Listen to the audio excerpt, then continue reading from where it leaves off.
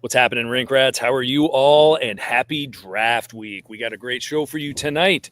We're going to talk Hawks. We're going to talk Jonathan Toews. We're going to talk Andre Burakovsky. We're going to talk TJ Brodie's buyout. And we're going to talk about the Hawks' upcoming number 3 overall pick on Friday from Los Angeles in the 2025 NHL entry draft.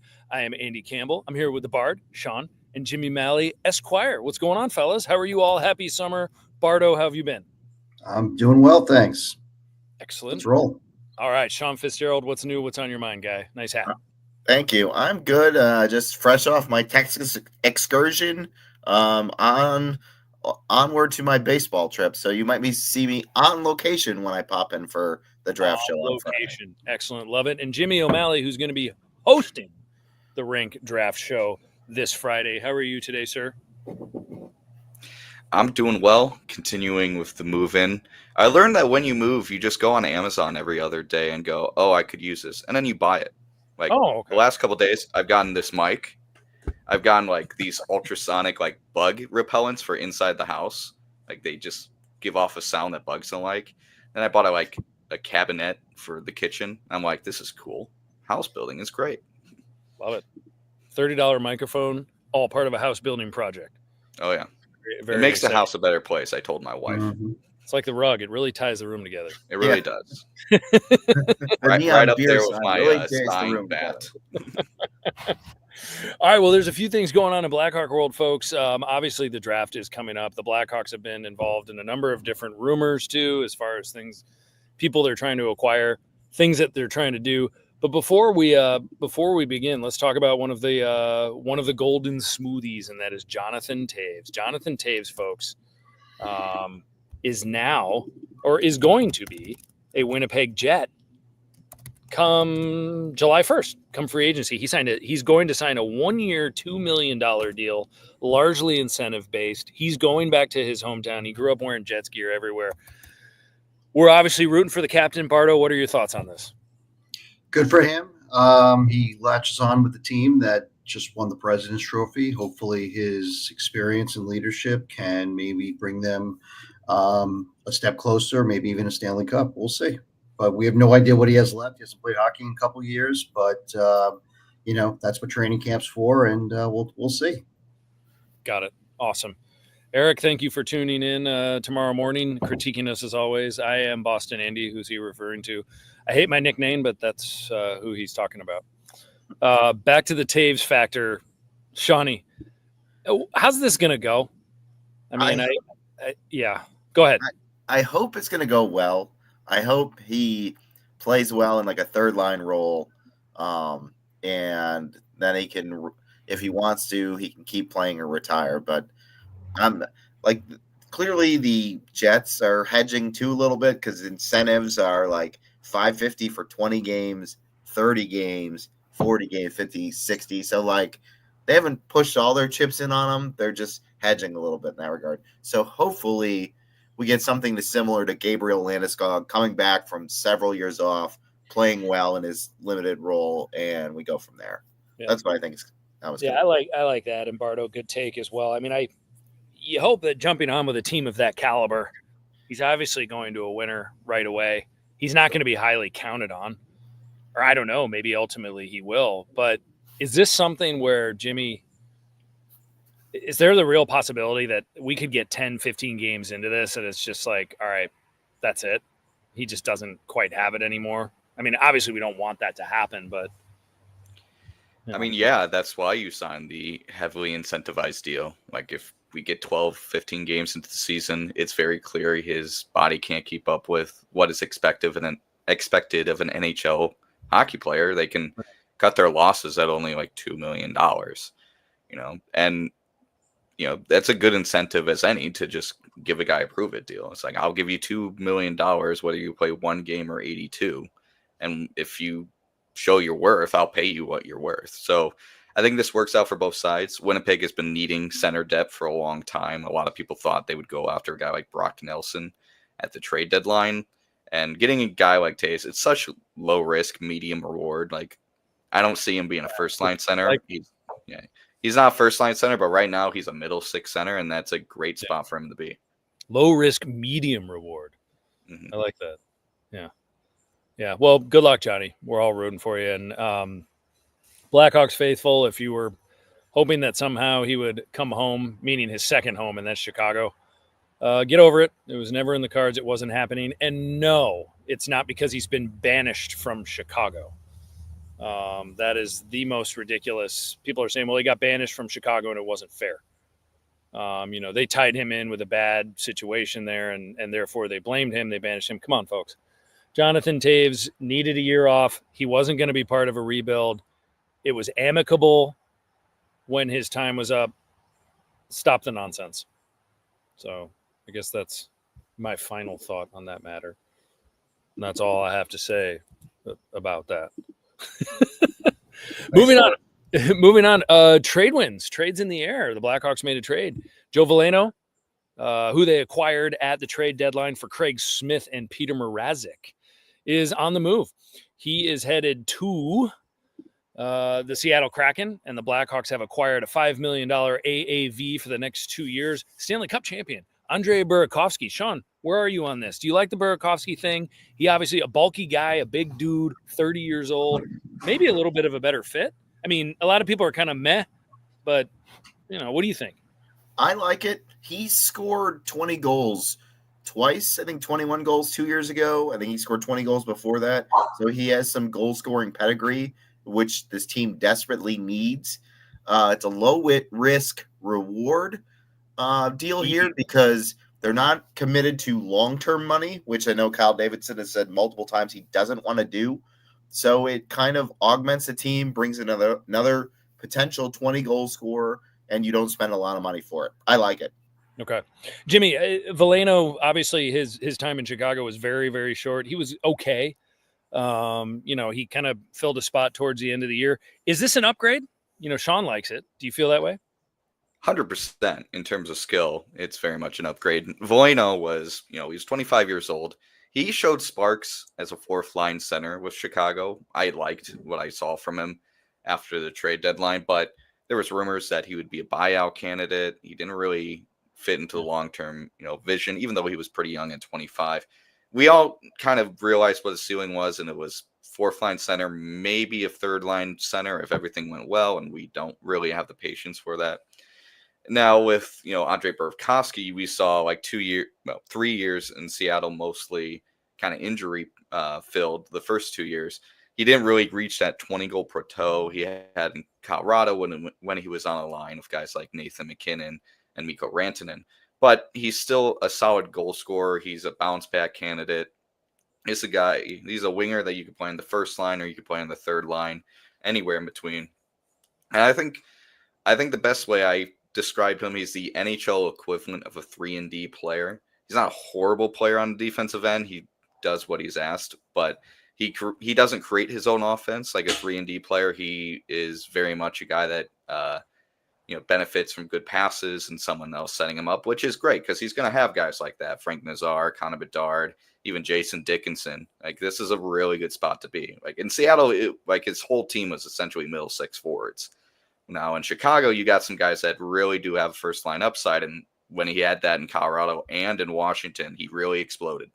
So I'm really excited about this. I am going to miss Veleno. I kind of like the stability he brought to the fourth line, but with him being a buyout candidate and Burakovsky being an obvious upgrade, a 1-for-1 swap, really, really worth the increase in payroll considering how much cap space this team has.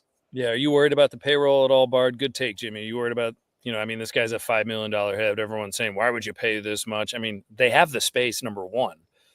And number two, Veleno was also going to be another RFA in the summer of 2026. The Blackhawks, their free agency is crazy. Yeah.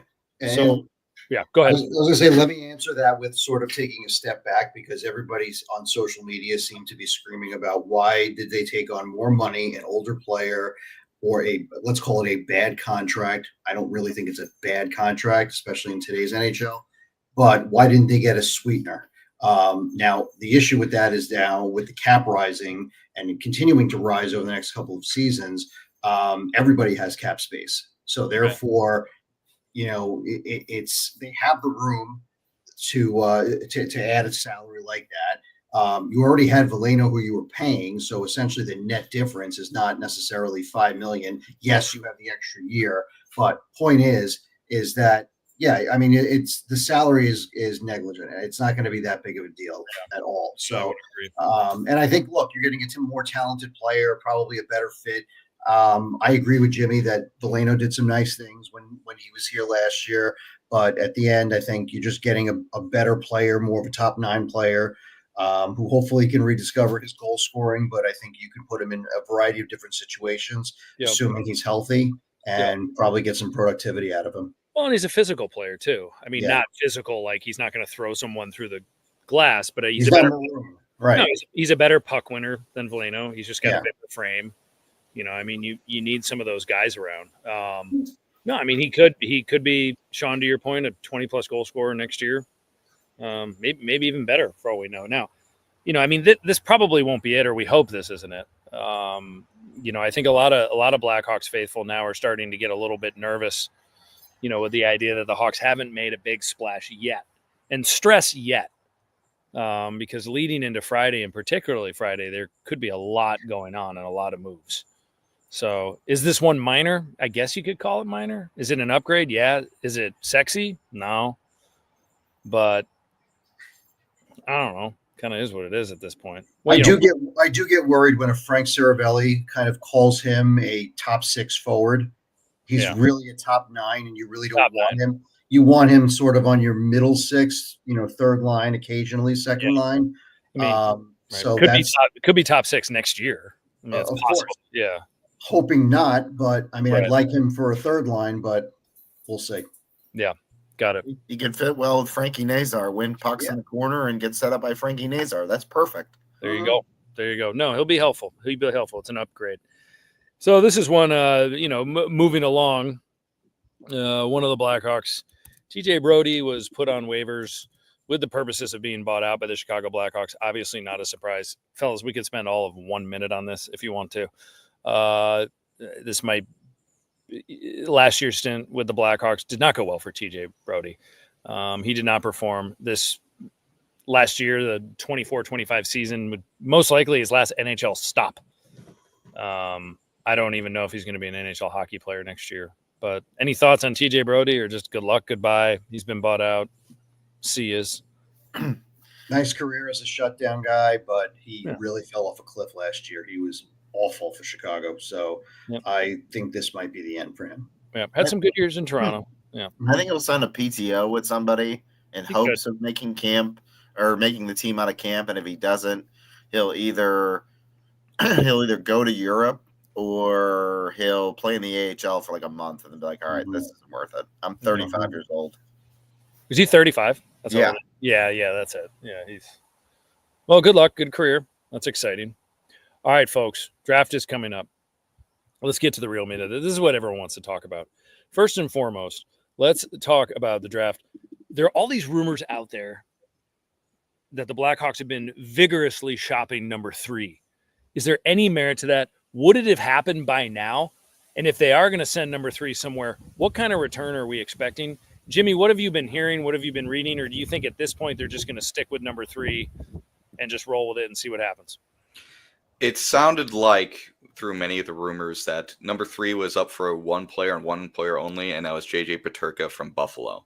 Yeah. I think, I forget his name. I believe it's like Wally something on Twitter. He covers the Blackhawks. He had mentioned, I think he was quote tweeting like Frank Saravelli, and Saravelli was basically saying that 3 has been up and it was involved in conversations with Buffalo, but Buffalo wasn't really interested because I think it was like they wanted to get Peterka and the 9th overall pick. They didn't want to give up just 3 for Peterka. They wanted to stay in the top 10. So from my indications, I don't think it comes down to who's available at 3. Like, let's say 1 and 2 are picked Friday, and then it's like Schaefer and Misa, and then it's down to like Frendell and everyone else. I don't think they're going like, I don't think it depends on who's available. I think it's just more like, can we get an NHL caliber young player like sub 24 years old that could really, make immediate impact and also be a long-term fixture. And I think Peterka like met that idea. It just it's not really like panning out. Could things change by draft day? Could, let's say, if the rumors are true, let's say San Jose actually really does like Anton Frondell and Michael Misa is available at 3, and Buffalo is now picking up the phone like, oh, we want Misa, we will give you Peterka and 9, and we really want this kid. Right. Maybe that changes things. But as of right now, it sounds like everything's kind of at a standstill. Yep. No, Bardo, are you with that? You think this is probably something they're just going to stick with 3? Yeah, actually, an agent that I know I spoke with about the pick, and he had told me specifically that, in typical fashion, Chicago's going to get calls. They're going to listen. They're going to talk to teams. That kind of happens. I heard the same thing Jimmy mentioned about Buffalo as well, but I didn't get any specifics in terms of players other than the exact quote was a bunch of teams that they were talking to. So, but I think in the end, they're going to stay there, and I think they're going to make the pick. I think at this time of year, everyone's talking. So I just think it's just kind of par for the course, pun intended for you. There you go. Appreciate it. Mm-hmm. Sean, you with that? I think they're going to stay with this pick. I mean, I don't know. It would have to be something meaningful, or they need to trade back, or I don't know if they actually have their eye on someone that maybe, let's say they want Frondell, he goes to, would they consider trading back? Or they want Misa, he goes to, would they consider trading back? Other than that, it kind of is what it is. They're going to be picking. Yeah, I think that's the case. I think Chris Johnson of TSN said that Peterka is not going anywhere. Like Buffalo wants a big return for him, so they're more likely going to re-sign him. Yeah, I think they're just staying put. I don't think the market, because this draft, like everybody said, outside the top 2 picks, everybody's kind of, you don't know where anybody else is going. Everybody's kind of lumped into that same group from 3 to like 10. So if their guy is picked at 3, I think they will move back if possible. If not, they're stuck. So gotcha. I would actually argue that probably 2 through 10 is probably all lumped in, because now there's talks of Frondell going at 2, or So you think Schaefer? So the talk is Schaefer's the only consensus number 1. Yeah. Yes. Well, let's get into that a little bit. I mean, so collectively, we wanted the Blackhawks to get number 2 in early May when they actually did the draft lottery, and we said, please get number 2, because we've been talking for a long time that Michael Misa is the guy with his high offensive upside, probably the best offensive talent in the draft, I guess you could say. And Jimmy's going to get into this in a minute. But now it seems like at 3, now there's all this talk of Frondell possibly going to 2 because he just keeps climbing. So the Blackhawks might be in the position where they might actually get the guy that they want in Michael Misa, if that's who they want. So it seems like it's going to be Misa or Frondell to the Blackhawks. There was another article today that was posted on Twitter saying, I forgot who said that. They're saying, well, Denway is their guy, or they're leaning heavy Denway. But does it seem like now we're either Misa and Frondell land, depending on who San Jose goes with, Jimmy? It just sounds like guys like Higgins and Martone are falling out of favor with Chicago. It seems not like the fan base, according to the polling, quote unquote, Martone is the pick. Yeah, but it really just seems like they're looking at two-way centers, and the biggest two-way centers in this draft are obviously Misa, Frondell, and Desnoyers. So it's lying season, as we mentioned before. But you get the idea from reports coming out of the Blackhawks camp, which it's always, it's always Kyle Davidson. He likes to keep things close to the chest. He'll even throw out, distractions here and there. But it just seems like this team really wants to get a two-way dynamic big center at number 3. And Martone doesn't fit that because he is a winger and not the greatest skater. And James Higgins doesn't fit that because although he's ultra skilled, he's ultra small. So, I just think this team wants a certain type of player. 3. I wouldn't be surprised if it's Desnoyers, but I'm a little nervous about Desnoyers. I don't think he's as dynamic as Frondell and Misa, but we'll see. Yeah. I think Frondell, I was going to say, I think Frondell's rise, and I think to a degree Desnoyers' rise, is probably based on Barkov and the Panthers winning back-to-back championships. I think there's something there, and they're seeing a two-way set, dynamic two-way center winning back-to-back cups. I think there's something there. Yeah, I think we're coming off big boy hockey. We're coming off Stanley Cup hockey where will over skill just won again. I mean, where the muckers and the grinders and the guys that, the guys with getting the elbow grease out there, those are the guys that got it done. And the McDavids and the Dreisaitl's of the world did not. And so that's probably why, to your point, Bardo, why we're seeing Frondell just climb and climb and climb. Now, I mean, Frondell, I'm sure, could be very attractive to a guy like Mike Greer in San Jose. And I mean, that was his style of play. I mean, Mike Greer was a bruiser. He was a big body checker. He'd get to the net. He'd win pucks. You could see San Jose possibly trending that direction. And if that's the case, I would love to have Frondell. But if that's the case and Michael Misa lands in Chicago, boy, that is actually something that we've been talking about wanting for a really long time. And to that end, Jimmy, let's get into your synopsis around Michael Misa. We thought originally that we would get to this point the week of the draft, and maybe Michael Misa wouldn't even be worth talking about it because he was a lock going number 1 or number 2, and now here we are. And it could be real, and it could be cool. And Jimmy, what have you got for us? Let's hear it. All right, let's get to work. Let me get this up in front of us. All right. Don't you just love slideshows? We're back with Michael Misa, ladies and gentlemen. Ooh, that's absolutely. A nice picture. Oh, yeah, it is. Oh, all right. Okay, I'm having issues with my screen, so give me 1 second because my screen, I just see the. Okay, intro, I can have move it the slide. here. Just say next slide, and I'll move it. I've got it right here. Yeah. All right, we're good. All right, we're on the slide. So let's start, obviously, with measurement stats and rankings. Officially at the combine, he was measured at 6'1", 182 pounds. He's a left-handed center and winger. He spent time at both positions this year in the OHL, the Saginaw Spirit. In the last 2 years, what an absolute climb. And you're going to look at those 20, 24, 25 stats, and your jaw's going to hit the floor. But last year, 67 games, 29 goals, 46 assists.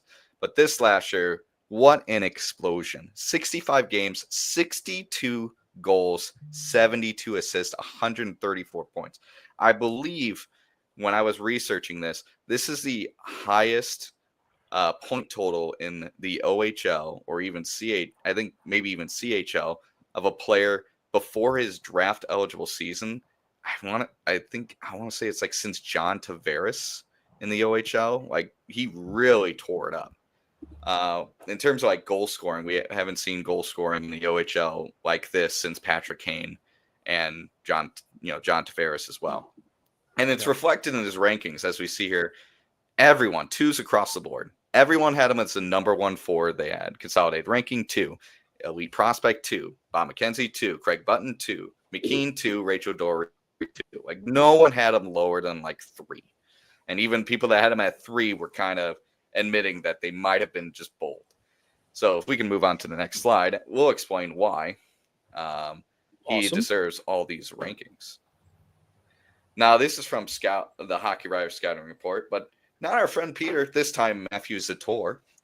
This is what he wrote on him. Scouts are amazed by how much he understands the game at such a young age, showcasing awareness and anticipation, rivaling greats like Wayne Gretzky. Now, that is bold, but we'll see why he said this, who had an innate ability to know where the puck was going to end up before anyone else. What Misa has in his toolbox that Gretzky never had is speed, and that makes him even more dangerous. As you could probably tell from his stats, Misa doesn't have any weaknesses in his game. Pick an attribute. He's probably good at it. From shooting, passing, playmaking, and puck control to hockey IQ, awareness, and skating, he pretty much has it all. Oh yes, he's also a center, one of the most coveted positions in hockey. Now, when asked about his strengths, Matthew Sator said, skating, hockey IQ, awareness, anticipation, shot, puck handling, playmaking, vision, forechecking, motor, and two-way game. And weaknesses, this genuinely made me laugh. Sator legitimately said he doesn't have one.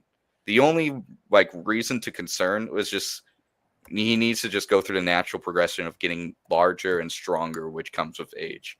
So if we move on to the next slide of comparisons, this is going to blow you away. Case Winsler Windsor, last word on sports. Oh, a little too far. Gave him the Braden Point John Tavares. Michael Misa himself. Oh, we lost the slide real quick.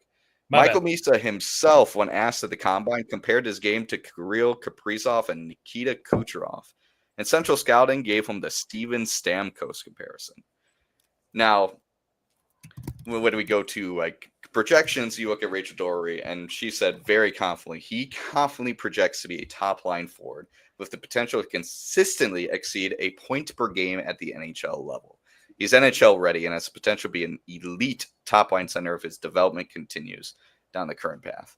Now, Matthew Zator, who was part of the Hockey Writers, said he has the potential, obviously, elite two-way center with a ceiling that could be a 100-point player and also in the run for the Selke Trophy, which really should open some eyes. Now, final note, this guy's the consensus best forward in the draft. Now, if he's available at 3, that means someone maybe in San Jose overthought it.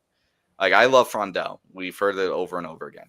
But if Frondell somehow goes 2 and Misa's available at 3, like, I'm crying tears of joy on our live draft podcast. Like, it will be the most. I would almost feel more euphoric at that than drafting Connor Bedard at number 1 in 2023. Now, why is that? He has an incredible two-way game, just like Frondell. Just a little bit smaller. He's in the 180 range in terms of weight.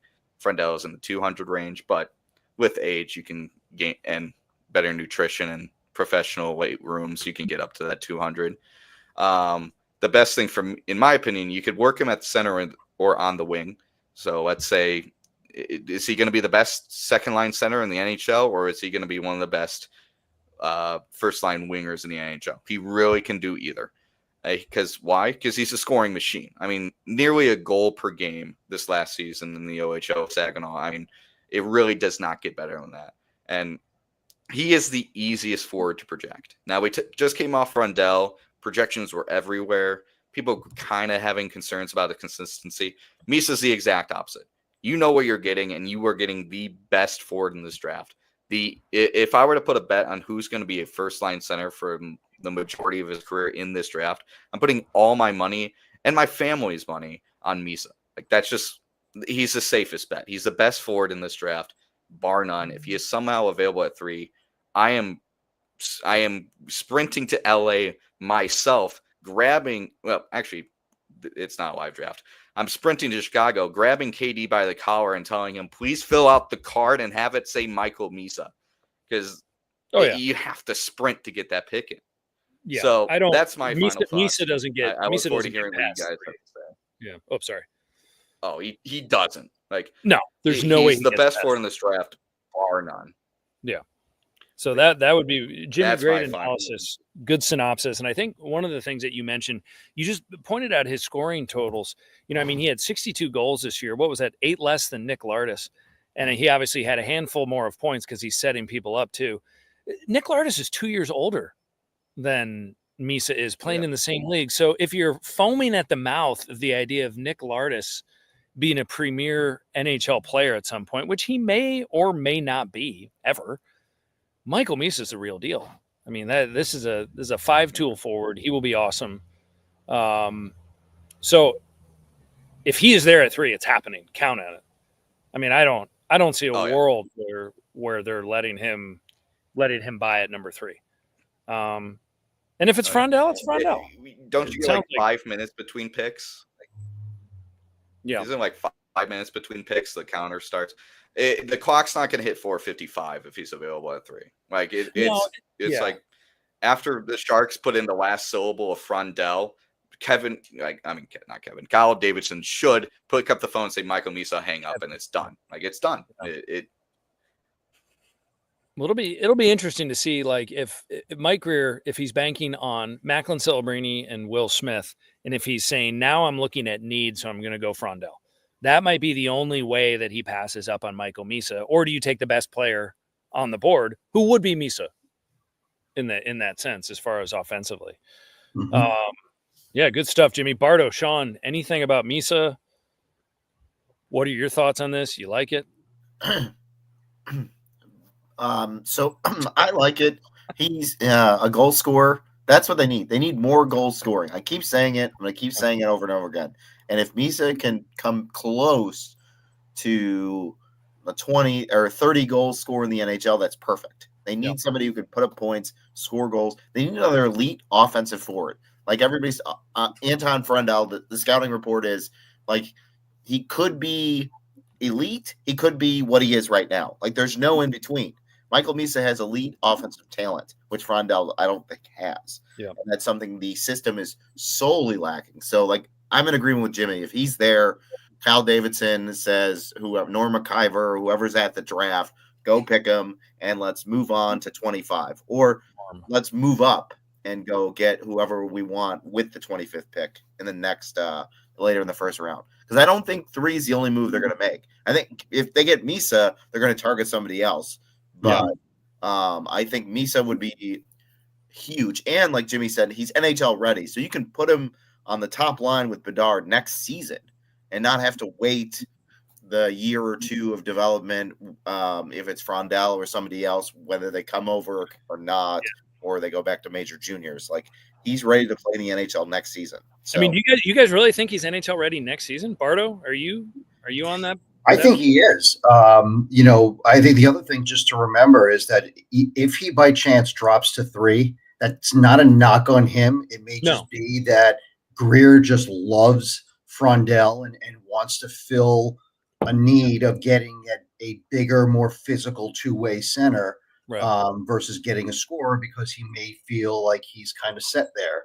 So, I mean, if he falls to 3, I mean, they absolutely should run up to the podium for him. I mean, of course, they're going to milk the clock and take a couple of calls because I'm sure they'll get some and somebody will want to trade up for him. But yeah, I mean, I think it's just I think they have to take him if he falls. Yeah, I mean, I'd be real curious though. So Michael Misa cannot play in Rockford next year because he would be coming out of the CHL. He'd be coming out of Canadian Major Junior. Right. So it's either he's in the NHL at 18 as the 3rd overall pick or 2nd overall pick in San Jose, or I'm still not ruling out NCAA. I think there could be the possibility that Michael Misa could be playing NCAA hockey next year. And Jimmy, we've talked about it before, the dream scenarios if he ends up at BU playing with Sasha Boivin and Jack Pridham, how nutty that would be. But he'd probably tear up the NCAA. I mean, he'd just be lights out there. But I mean, I can envision a scenario too. If Michael Misa falls to 3, the Hawks get Misa, and then Davidson tries to move back into the top 5 for Denwye to get the two-way center. Could be. Yeah. Could be. Yeah, I mean, that's a good point because he does have, the 2 firsts next year. And at this point, and I keep saying this, and the one this year, and I keep saying this, is that, Davidson's talking about, we don't need any more prospects necessarily. We have the luxury now to, package these assets to get something bigger. So quality over quantity. So, as much as I agree, Reichel to move up. Yeah. As much as I agree with that, I would do everything in my power to not move Chicago Blackhawks first over, like their own pick next year. I know the expectations be better, but to put you out of the sweepstakes of Gavin McKenna, even if they move up to 8th or 9th worst, I mean, look at the Islanders this year. They were supposed to pick 10th. So, I mean, I think the Florida pick's up for sale. I think any of our next, in the next 2 years, Blackhawks have 5 second-round picks. I think any of them are for sale. Yeah. I don't think they'd be. I don't think they have enough to move up to 5, but I think they can get back into mid-teens if they really got aggressive. I think you could package, swap picks if you see someone you like. Yeah, you could package 25, 34 and Florida's first for 15, 16. I think you realistically could. Yeah, so the Blackhawks have number 3, number 25, 2 second-round picks, 34 and 60. 3rd-round pick, 66th overall. 2 4th-round picks, 98 and 107. A 6th-round pick, 162, and 2 7th-round picks. That's what they're looking into this year's draft. I put the over-under on trade-ups at 2.5. With how many? I think was that 10 picks. There's no way they have use of 10 picks. They're going to want to move up. No, and 25. There's still going to be some decent hockey players there. One name that keeps coming up is Malcolm Spence, who was on the Erie Otters last year. He flies. He's very fast. He's going to the University of Michigan next year. A lot of people think that would be a very logical choice for the Blackhawks at 25. There's other names that are coming. Jack Nesbitt is another big center that a lot of people access chemicals. It's going to depend on how the board. It's going to depend on how the board falls. I mean, we saw last. Yeah, totally. And then yeah. And then I wanted to give a shout out on Twitter. Ken Kallenbach, who follows us, was referencing Mason West. Mason West is a kid who's going to Michigan State next year, who is a two-sport athlete. He's a quarterback from Edina, Minnesota, but he was in the USHL this year. He had offers to go to Kent State, Miami of Ohio for football, but chose Michigan State for hockey. And Sean, you mentioned, reminds you a lot of AJ Spellacy in that sense. Just a pure jock, just an athlete. Some people think he'll be a late first round. Some people think he'll be second round. But that's one of those with the Blackhawks' luxury of picks. You could take a swing at that kid and say maybe this kid will pan out. I checked the Athletics last mock draft, and he's not in the first round. So, okay. So if he's available in the second round, and they still have what did you say, 37? I think was 32, 30. Yeah, 30, maybe they go with 37. Yeah, if he's there at 34, go for it. Oh, yeah. I mean, no brainer. And he's 6'6". He's not a small guy. Like everybody says, the Hawks need size. This guy's 6'6". Mm-hmm. So I take a swing at him if he's there in the second round. I think that'd be a good pick. Get your ass. Yeah, I have a strong feeling that whoever the Blackhawks go with their second first round pick, whether it's at 25 or elsewhere, I think they're going to go size. I think they want to get bigger, especially in the forward group. Mason West could make sense. He could be there at 25, 34, maybe even 60, depending on how other teams rate him. But I could see some extreme size, and they might even just go winger, kind of like they did with Van Acker last year, where they went winger late in the first round. But it's one of those drafts where the talent, it's not like 2023. I feel like there's a huge talent drought once you get past 25.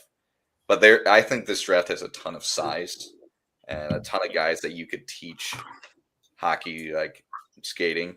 Because there's a lot of guys in this draft, in my opinion, aren't the best skaters. This is probably one of the weaker skater drafts. But I think there's a ton of size, and if you get these guys in the right situation, put them through the right development curve, you can really add some skating. I think that's a big gripe on Mason West as well. He's just so big that he doesn't skate super well. But we've seen it before, right? You can make it work. Yeah. Zdeno Chara had a 2-decade-long career. I think Dustin Byfuglien was the best skater. No, he wasn't. Everyone was on Byfuglien's case early. Yeah. Oh yeah. Imagine if they could have kept that. Was Joe Thornton a great skater? I don't think Joe Thornton. Oh God, no. He never was, even in his prime. Yeah. Well, good stuff. Well, I don't know. We're going to find out Friday night, and Jimmy's going to be live broadcasting the whole thing from StreamYard from the Rinkcast Live. We'll be dropping in and out. So if you're not doing anything on Friday, couldn't get a date, tough times, I'm always here. I'm always here. Wow. Check us out too on Friday night June. Jimmy's gonna have some speed dating for those who couldn't get a date too. I'll be here for I'll help you if you got relationship problems or questions. You're talking to a married man here. I could help out. That's awesome. In between draft picks, Jimmy O'Malley, I got some dead space to fill.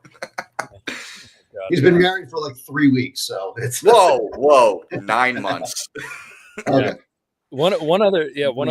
Trevor Zegras gets traded today. He gets traded to Philadelphia, and the return was a second round, a fourth round, and who's the guy they got back? Ryan Poling. Yeah, Poling, who's a bottom six guy. Some people saying, "Whoa, that's all it costs." Others saying, why didn't the Blackhawks? Why weren't they in on Zegras? Zegras has been on the trading block for 2 years. He's made a lot of TikTok reels, but his career high in goals is 23. And he'll be 25 next year. Seems like more of a perimeter player. John Buchagras, who will support any college hockey player, is very public and saying, well, we'll just wait for his act too. It's going to be great. I actually think Anaheim did pretty well in this. And I'm glad the Blackhawks weren't in on this. Is anyone else catching the Frisbee there? Bardo, what do you think in terms of did you want Zegras? Did you want to get in on that? No, because I think he's a little bit of a low character kind of guy. I mean, I think he's, I think he's more into his social media stuff and doing his TikToks, like you said. Coaches seem to, not be so high on his work ethic, among other things. So, and I mean, look, his contract's up. So, it's clear Anaheim wasn't going to re-sign him. This is kind of like a 1-year tryout. So it was almost like a salary contract dump. So they weren't going to get much for him. So, so who knows what's going to happen. And they got him over to the other conference if he decides to have a breakout year in his contract year. So, he's probably going to be right back on the market as a free agent in a year. And it's inevitable the Flyers make a trade on June 23rd. BR Open Ice had 2011, June 23rd. They traded for Jeff Carter and Mike Richards. 2012, traded for JVR. 2014, Scotty Hartnell. 2017, Braden Shen. 2025, Traeger Zegras. So June 23rd, the Flyers are acquiring somebody. Fascinating. And usually, that's unbelievable that it's that frequent. Yeah. Right before the draft, do something. Okay. We'll acquire this guy. All right. Yeah, there you go. Oh my God, that's so funny. All right. Well, fellas, draft day is nearing. It is almost upon us. One other thing I think we forgot to put in the rundown here. Ryan Donato. Ryan Donato signed his contract. We totally forgot to put Ryan Donato in there. All right. Ryan Donato, 4 years, $4 million a year. What do we think? Sean, you brought it up. What do you think? Congrats. I love it. First of all, congratulations to Ryan Donato. Like he's earned that contract. Yeah. I'll give him that. Go on. I'm glad I like the deal. He, like Jimmy said before, he may not score like what he did last season, but like we've said, he's a grinder. He gets work ethic. Connor Bedard loves him. Like he just fits well with this group. 4 for $4 is not a ton of money. It's not long term. You give Ryan Donato his hockey home, which he's been searching for. And I think he just fits with this group. You couldn't let him walk out of the building. I'm glad they got it done, and I'm glad they didn't like break the bank, but at the same time, they didn't like try to strong arm him where he was able to leave. I think that the best thing about the Hawks right now is if you play well for the Hawks, you should get rewarded because that's where we're at. And Ryan Donato, if you want to be there, he wants to be here. Yeah. So good deal. Yeah, I like it. Bardo, you like it? Yeah, there's nothing to dislike about this for every reason that Shawnee said. I mean, he wants to be here. The best player on the team likes him. He's good in the room. He's good on the ice. I mean, again, I can't imagine he's going to score 30 goals again. If he does, great. If not, that's fine too. But I'm sure he's going to contribute in other ways. Got it. Yeah, I would agree. Jimmy, you feeling that? I love it too, and I love even more the details of the signing as well. Like the first year he has a 10-team no trade list, and the final 3 years it's an 8-team no trade list. I think the ability to make sure you can still move him by the end of his contract if you need to, it's great. You need to leave that option open, and with the salary cap going up by the final year of that contract, that $4 million cap hit is going to be equivalent to like a $3 million cap hit, even less. And I can't help but think about how great of a contract this is, considering the immediate contracts that were signed right around the same time. Like this was a 4x4 for Donato, and then Trent Frederick got an 8x4 to Edmonton. What an absurd move! Well, that's a stand. Yeah, I wonder who did that. Yeah, I can't imagine who would do that. Yeah. You still got to sign Evan Bouchard, and let's sign this guy who wasn't healthy all year. Only played in the playoffs and was kind of meh in the playoffs. But sign him to the max amount of term for the same amount. Acquiring a new goalie. The first thing Stan Bowman does in the offseason after ignoring his goaltending is max out on Trent Frederick. Yeah. And he's 27. It's not like he's 24. This guy's going to be 35 when this contract ends, and he plays a very physical game. Like, that's not going to age well, even at only $4 million. And then you got, isn't a good DM. He's not. He's not. And then other contracts signed around then. Fabian Zetterlund out of Ottawa. He's 25, 3-year, $4.275 million contract. You look at his underlyings, and they are far worse than Donato, and he's getting paid, $250,000 more. And then you got Matt Duchene, 4-year, $4.5 million contract. Now that's the one I like most because he's a point per good game deal player. But by the last year, he's going to be 38. Yeah, I think a lot of these contracts, I don't know, with the new cap and everything, everyone's just kind of, it sounds like they're write-offs. Almost, yeah. And the contracts are real. What's a write-off? Well, they're the ones writing it off. Oh. Just write it off. Write it off. Stan Bowman wrote that contract to write it off to the next GM and let him deal with it because he ain't seen the end of that contract. You don't even know I was hoping with the Duchene. I mean, everyone thought the Jason Robertson sweepstakes would start, and maybe they still are. But with Mason Marchment now being traded, maybe that'll slow it down. But that'll be interesting. I mean, those are the two names, Robertson and Peterka. Is that how you pronounce it? Peterka? Peterka, yeah. Peterka, yeah. Oh, I got it. Yeah. Yeah, JJ. All right. So real quick, before we go, first of all, Jimmy, what time are you live on Friday? I'm going to start half an hour before the draft starts. I believe that's 6:30 Central Time. I will have to double. 30 Central. So for all you lonely singles, 6:30. You heard it here first, folks. You guys are mean to our audience. Scoring at home or if you are alone. Oh wait, be hold on. I made a mistake. So it starts 6 p.m. Central Time. So I will be on at 5:30 Central. 5:30. Just wanted to double check. So 5:30 Friday Central Time, I will be live. I'll probably start the show just talking about news that went on between now and the draft. Try to talk more about moving parts because the next 4 days are going to be hectic. Probably going to be talking about a Blackhawk making the Hockey Hall of Fame with that being announced tomorrow. That will be very exciting. Come on, Duncan Keefe and Steve Larmer. Let's double up. Oh man, wouldn't that be fun? That'd be great. Now, didn't they double up when Hossa got it? Didn't Doug Wilson? Wasn't he one of the at-large bid that year? Yeah. Yeah. Love that. So who knows? Back to, I think, yeah. Wait, if Larmer gets in the Hall of Fame, will the Hawks put his name someplace or retire his number or what then? No. We'll give him one last Wilson's number's not retired. So that's true. Who knows? Who knows what they're going to do with that? All right. So we're going to end this session with draft trivia. You ready? Blackhawk draft trivia. I know I did trivia last time. I'm doing it again. Now, this one I think could land favorably. 1, 2, 3, 4, 5. I'm counting my screen. Since 1980, the Blackhawks have had 5 number 3 overall picks. They did have one in 1966 as well, but I don't think anyone's getting that because I had to look it up and I don't get it. I know who it is. You do? Yeah, Terry Caffrey. Nice. So you've done your homework.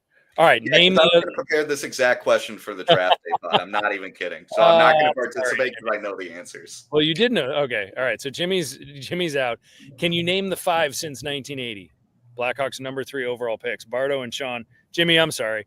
All right. No, you're good. I should have checked in with you first. Yeah. I'll go easy. Jonathan Toews, Cam Barker are the 2 that I know off the top Kirby of my Doc. Kirby Doc. 2 more. Dennis Savard. Dennis Savard and come Doug on. Wickenhauser. No, he went the same year as Savard. He went 1 overall. Oh shit. One more. Blackhawk fan favorite. He's been busy with the organization. He's more famous for his coverage on NHL and TNT. Oh, just give it away. Chelios. No, Dennis. No. No, it's Eddie Olczyk. Eddie Olczyk. Oh, duh. Eddie Olczyk. I almost said Savard. Eddie Olczyk. Yeah, Chris Chelios. Chelios came over for Dennis Savard via trade. Mm-hmm. Wait, wasn't Chelios the 3rd overall pick from Montreal? I don't know when he was picked. He might have been 3rd overall out of University of Wisconsin.